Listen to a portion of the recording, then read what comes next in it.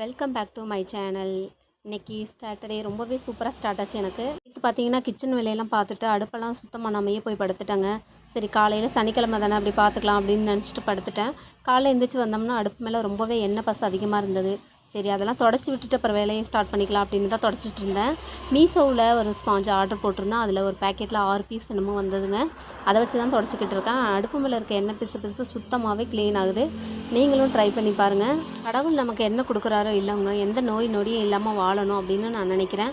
2 நாளாக ஹாஸ்பிட்டலுக்கு அலைஞ்சு நான் ஒரு வழி ஆகிட்டேங்க.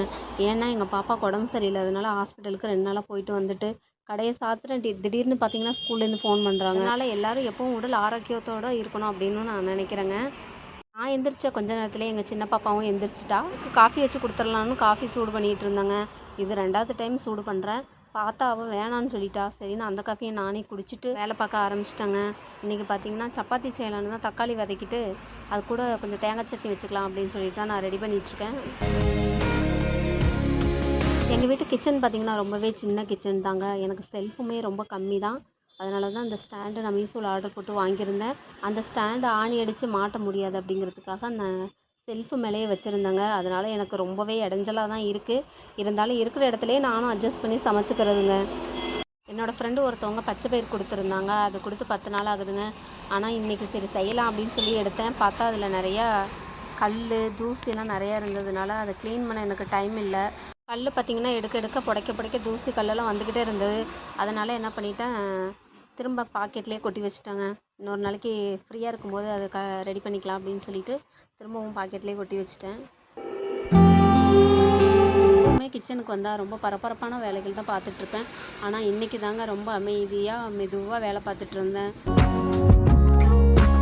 கிச்சனில் சமைக்கும்போது நம்ம பிள்ளைங்கள்ட்ட எப்படி நடந்துக்கிட்டோம், எப்படி கோவப்பட்டோம், எப்படி ஹாப்பியாக இருந்தோம், யார்கிட்ட எப்படி பேசணும், கடைக்கு வர கஸ்டமர்கிட்ட எப்படி பேசணும், இந்த மாதிரி விஷயங்கள்லாம் என் மைண்டில் ஓடிக்கிட்டே இருக்குங்க. எனக்கு மட்டும் தான் அப்படியே இல்லை, எல்லோருக்கும் இப்படி தான் இருக்குமான்னு மறக்காமல் சொல்லுங்கள். எல்லார் மாதிரியும் சாணியெல்லாம் வலித்து சூப்பராக வாசலில் கோலம் பண்ணணும்னு எனக்கு ஆசை தாங்க. ஆனால் எங்கள் வீட்டு வாசல் ரொம்பவே சின்னது, அதெல்லாம் பண்ண முடியாதுங்க. காலையில் எழுந்திரிச்சோன்னே அதனால் ஃபஸ்ட்டு கிச்சன் வேலையை தாங்க பார்க்குறது. அதுக்கப்புறம் தான் மற்ற வேலை எல்லாமே பார்த்துக்குவேன். வீட்டுக்கு தேவையான பொருள் மளிகை ஜாமான்லாம் நிறையா வாங்க வேண்டியது இருக்குங்க. நானும் அது ரொம்ப நாளாக வாங்கலான்னா அதுக்கான டைமே எனக்கு இல்லை.